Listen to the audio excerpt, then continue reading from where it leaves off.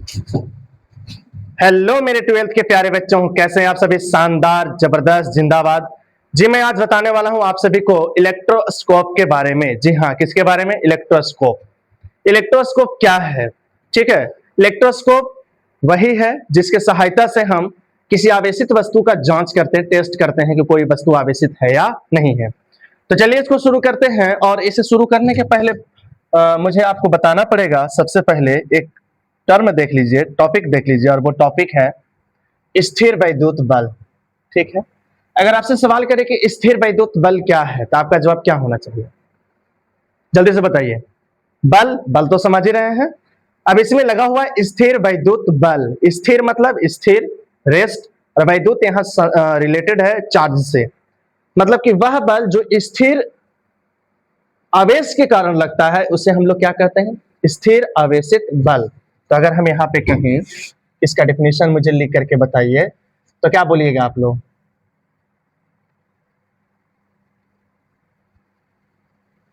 स्थिर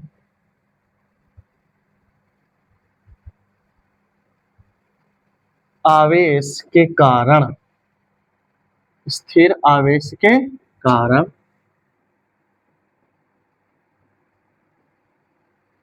लगने वाले बल को क्या कहते हैं? स्थिर वैद्युत बल कहते हैं। ठीक है, अगर हम कहें कि एक वस्तु ले रहे हैं, एक वस्तु ले रहे हैं, ये कोई वस्तु हो गया, और ये क्या है? चार्ज है। मतलब मान लेते हैं कि इसमें प्लस चार्ज है। प्लस चार्ज कब आता है? पिछले लेक्चर में हम लोग डिस्कस कर चुके थे कि अगर कोई वस्तु से इलेक्ट्रॉन क्या करता है? विस्थापित रहता है, इलेक्ट्रॉन उससे बाहर निकल जाता है ना? हमने ये भी बताया था कि कोई वस्तु आवेशित कब होता है? तो जब उस वस्तु को किसी दूसरे आवेशित वस्तु के साथ संपर्कित करा दे, या तो हम घर्षण विधि द्वारा भी करा सकते हैं। तो आवेशन की कई सारी विधियां हम लोगों ने पिछले क्लास में देखे थे। लेकिन मान लेते हैं कि ये कोई ऑब्जेक्ट है और ये आवेशित है, और इसके समीप कोई और मैंने कण को रख लेते हैं, मान लें कागज के टुकड़ा को ही रख लेते हैं, या तो हम ऐसा करते हैं कि एक और आवेशित वस्तु को रखते हैं। तो ये क्या करेगा? ये क्या करेगा? जल्दी से बोलिएगा। ये खींचेगा उसको। तो मान लेते हैं ना कि यहाँ पर एक कण है, ये वस्तु ए है, और ये कण क्या है? बी है। तो ये इसकी तरफ क्या होगा? आकर्षित होगा, है ना? यानी कह सकते हैं कि यहाँ पर जो ये फोर्स लग रहा है, यहाँ से जो बल लग रहा है, वो किसके कारण लग रहा है? तो आवेश के कारण लग रहा है। ठीक है ना? तो अगर आवेश के कारण बल लग रहा है, तो एक चीज और देख लीजिए कि आवेश यहाँ पर ये आवेश किस में रखे हैं? कोई गति, कोई मोशन नहीं है, मतलब रेस्ट में है। यहाँ पर जब आवेश के कारण बल लगता है, तब इस बल को हम लोग बोलते हैं कौन सा बल? स्थिर वैद्युत बल। ठीक है, क्लियर है यहाँ पे?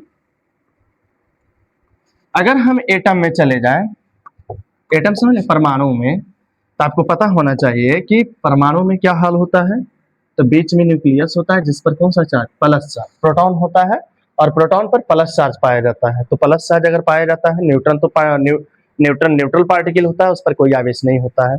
यानी बीच में न्यूक्लियस है, नाभिक है, और उसमें प्रोटॉन है, और प्रोटॉन के कारण होता है प्लस चार्ज। और इसके चारों तरफ जो चक्कर लगाने वाला होता है वो होता है इलेक्ट्रॉन, और इलेक्ट्रॉन पर कौन सा चार्ज होता है? Minus charge. ठीक है, तो ये कण यानी कि इलेक्ट्रॉन, और ये न्यूक्लियस, यानी न्यूक्लियस इस कण को अपनी तरफ क्या करके रखता है? खींच के रखता है।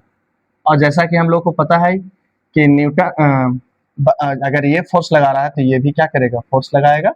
हालांकि इसको हम लोग आगे देखेंगे, जब हम कूलॉम का नियम पढ़ेंगे तो वहां पर हम आपको बताएंगे। कूलॉम का नियम जो है, दो आवेशित वस्तुओं के कारण लगने वाले जो बल होते हैं उनके परिमाण के लिए है। फिर वहां पर बताएंगे आपको कि कूलॉम का नियम जो है न्यूटन के तृतीय गति नियम का पालन करता है।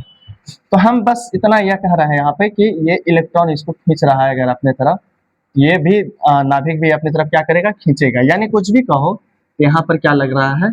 बल लग रहा है। और इस बल को ही हम लोग क्या कहेंगे? स्थिर वैद्युत बल। क्लियर हो रहा है मेरे प्यारे बच्चों? अब इसको अगर आगे बढ़ाएं, तो कहता है अगर हम स्थिर वैद्युत बल के प्रकृति पर बात करें तो स्थिर वैद्युत बल दो प्रकार के होते हैं। अगर हम कहें कि स्थिर वैद्युत बल कितने प्रकार के होते हैं, मुझे बताइए। स्थिर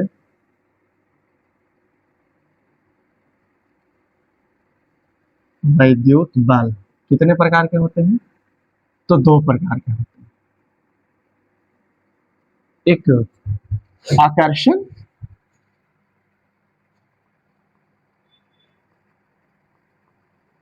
है ना, स्थिर वैद्युत बल,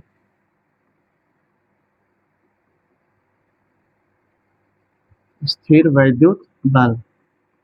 और एक क्या हो जाएगा? एक हो जाएगा प्रतिकर्षण या विकर्षण। प्रतिकर्षण लिख देते हैं, प्रतिकर्षण स्थिर वैद्युत बल। ठीक है, इंग्लिश में इसको कहेंगे क्या?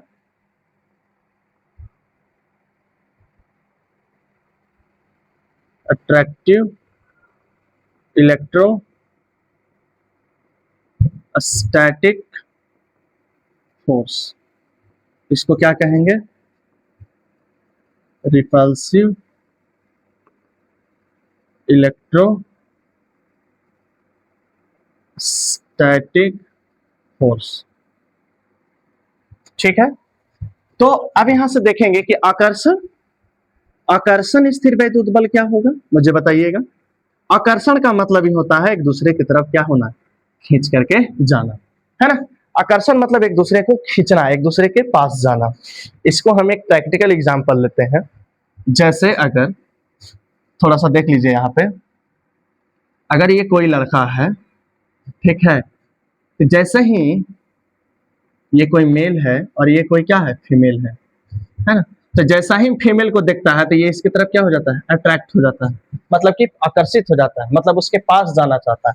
उसी प्रकार से इसका भी हल वही रहता है ना। ये मैं सभी के बारे में नहीं कह रहा हूँ, कुछ मामलों में ये बात हम कह पा रहा हूँ, तो समझ रहे हैं। तो यहाँ से एक बात, दो बात क्लियर हो गया कि एक तो कि यहाँ पर क्या हो रहा है, विपरीत नेचर वाले लोगों के पास क्या हो रहा है, अट्रैक्शन हो रहा है। तो उसी प्रकार से अगर हम कहें कि अगर एक कण ऋणावेशित है और दूसरा कण धनावेशित है, ध्यान से सुनिएगा, एक कण क्या है, तो मैं यहाँ पर चलो डायग्राम बना करके चलता हूँ। एक कण ये है, इस पर कौन सा चार्ज है, प्लस चार्ज है। क्लियर है यहाँ पे कोई प्रॉब्लम आपको? ठीक है, और एक और कण है, एक और वस्तु, हम कण नहीं बोलते हैं, वस्तु बोलते हैं, और इस पर है माइनस चार्ज। समझ में आ रही है बात है?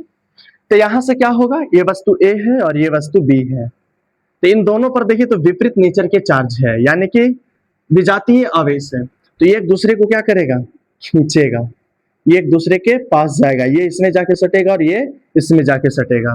मतलब हम कह सकते हैं कि आकर्षण स्थिर वैद्युत बल कब लगेगा, तो विजातीय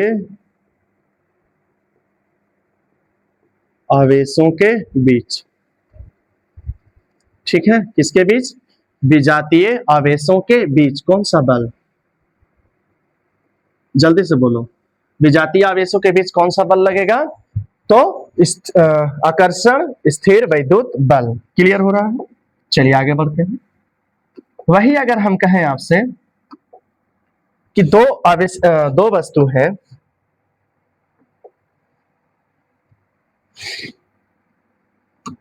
इस पर भी है प्लस चार्ज, प्लस चार्ज, ठीक है, और एक और वस्तु हम लिए हैं,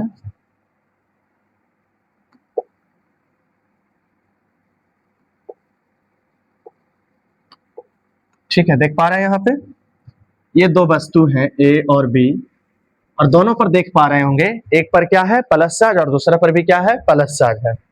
ठीक है, तो कहता है प्रतिकर्षण बल कब लगेगा। चलिए पहले इसको हम देख लेते हैं, प्रतिकर्षण बल कब लगेगा। आइए, कहता है कि सजातीय आवेशों के बीच, कौन सा आवेश? सजातीय आवेश। सजातीय आवेशों मतलब समझ रहे हैं? सजातीय आवेशों के बीच का मतलब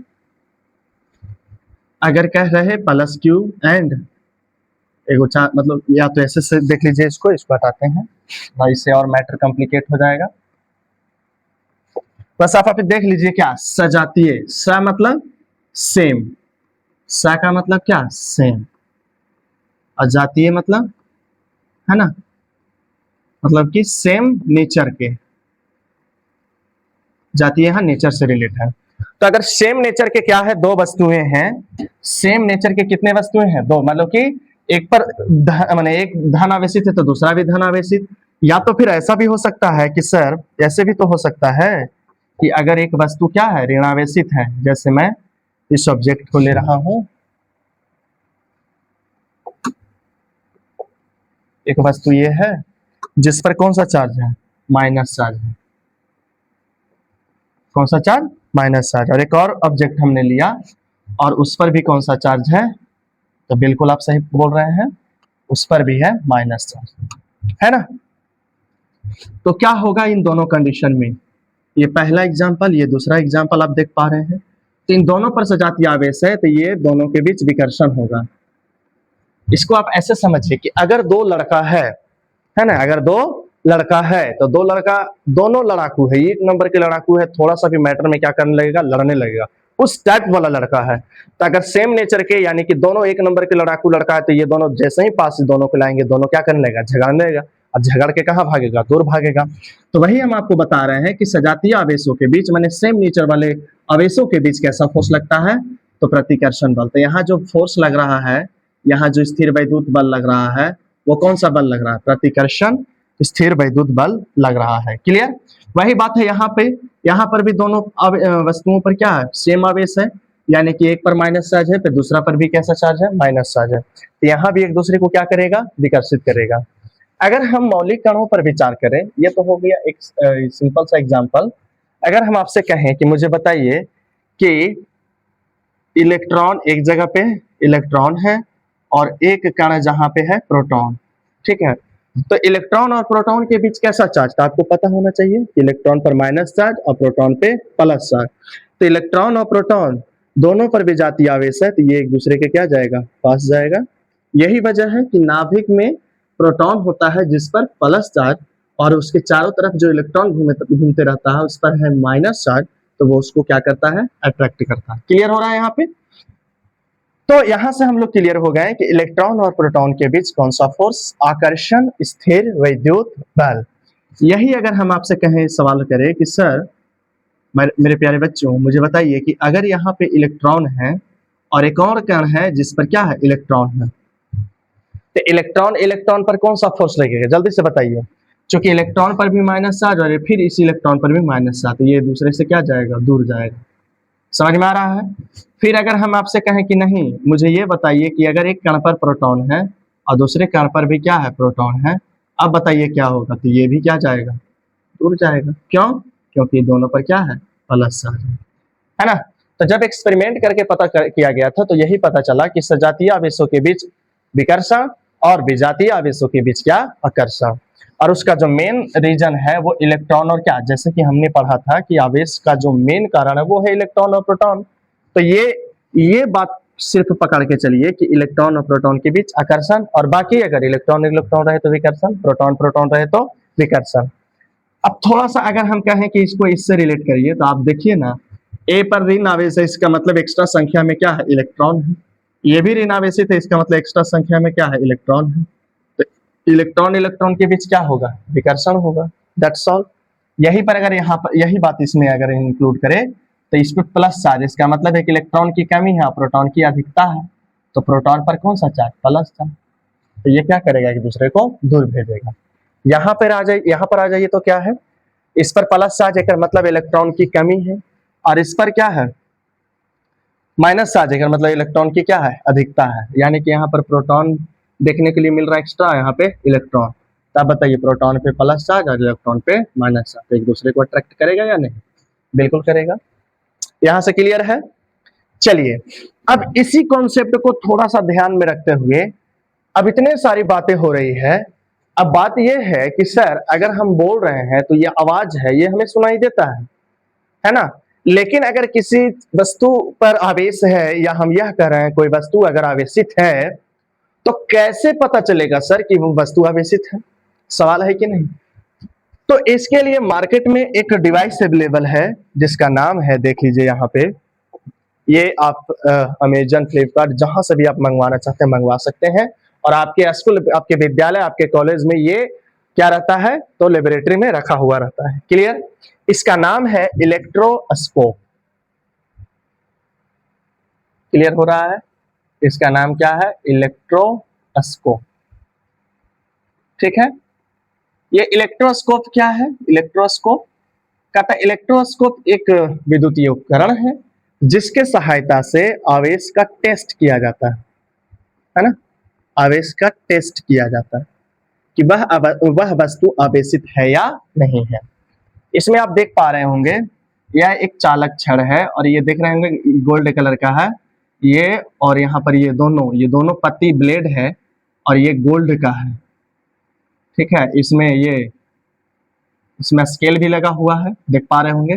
फिर इसके बाद देखिएगा ये छड़ बाहर निकल करके इस कॉर्क के माध्यम से यहाँ पर एक धातु की कुंडी है ना, प्लेट है, इससे कनेक्टेड है। ये काम कैसे करेगा, तो अगर मान के चलिए कि कोई ऑब्जेक्ट है, ये वस्तु है कोई, और ये आवेशित है, अभी तो पता नहीं है आवेश, तो हम बस पढ़ने के लिए इस पे प्लस प्लस दर्शा देते हैं। लेकिन ऐसा थोड़ी है कि कोई वस्तु का आवेशित किए और उस पर प्लस प्लस चार्ज दिखने लगता है, नहीं। वो तो जब हम पढ़ते हैं कि हाँ ये वस्तु आवेशित है तो उसको हम डायग्राम में बना लेते हैं। लेकिन आप जब नेचर के ऑब्जेक्ट को आवेशित करिएगा तो क्या वो आवेश दिखता है, नहीं।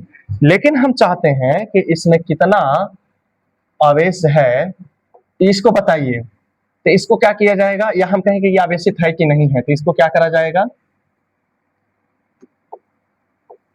इसको हम इस कुंडी में संपर्कित कराएंगे। अब इस कुंडी में संपर्कित कराएंगे तो क्या होगा, तो इस पर जो भी चार्ज होगा, तो मान लेते हैं कि इस पर कौन सा चार्ज है,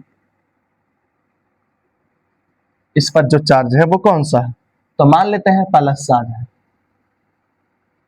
क्लियर हो रहा है।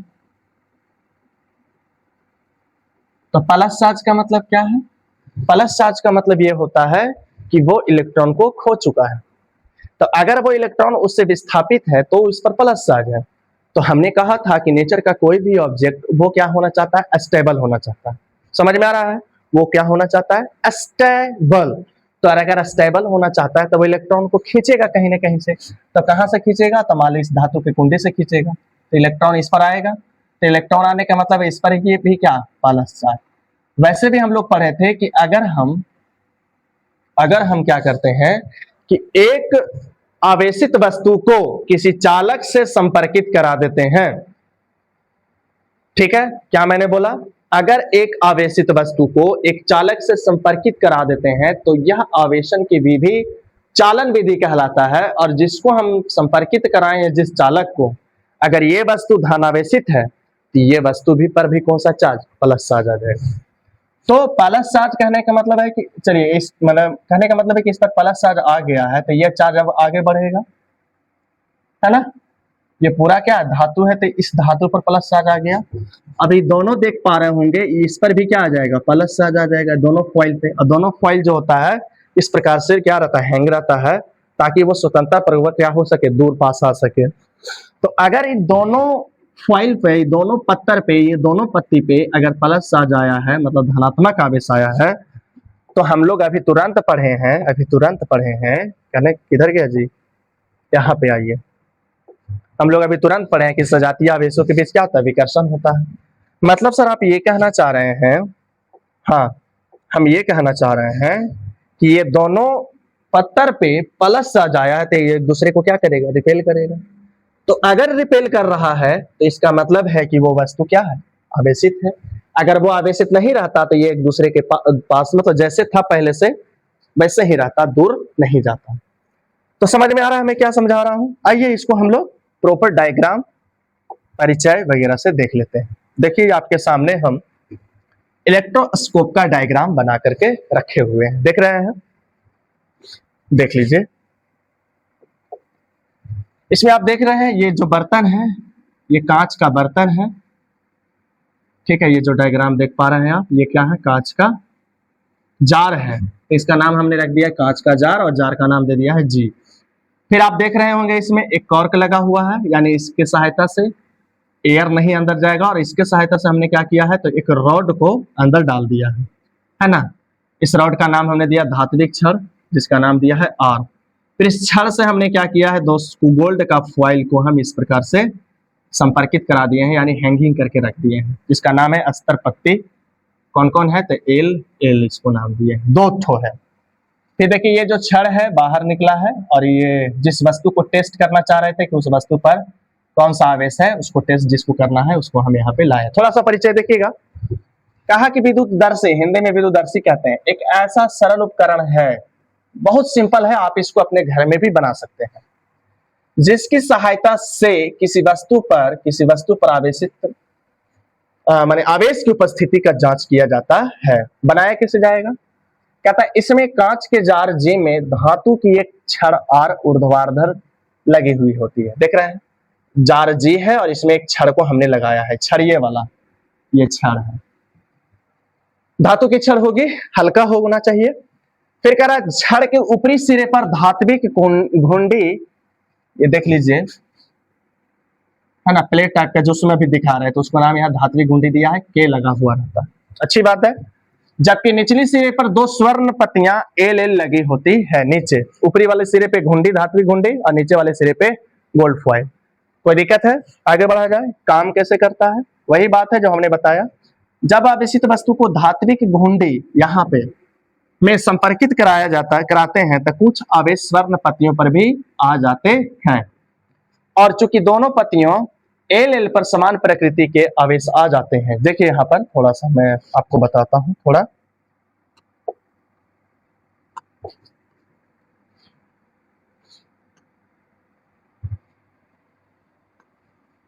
तो यह मान करके चलते हैं कि इस पर कौन सा चार्ज है, प्लस चार्ज,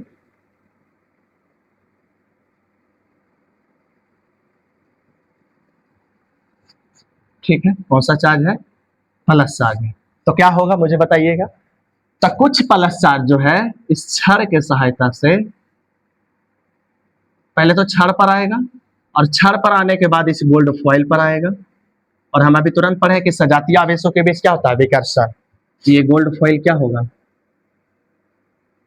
ये गोल्ड फॉइल क्या होगा, जल्दी से बोलो, दूर भागेगा, एक दूसरे को मतलब कि विकर्षित करेगा।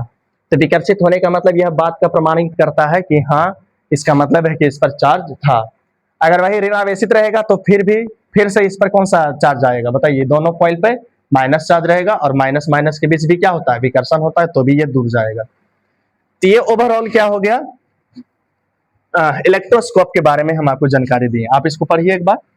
समान प्रकृति के आवेश आ जाते हैं, इसलिए दोनों पत्तियां प्रतिकर्षण के कारण, वही जो हमने समझाया आपको, अगर उस वस्तु पर कोई आवेश नहीं होता तो स्वर्ण पत्तियां प्रतिकर्षित नहीं होते। ठीक है, तो मिलते हैं अब अगले वीडियो लेक्चर में। कैसा लगा आज का सेशन, ठीक है, तो तब तक के लिए ओके, टाटा बाय।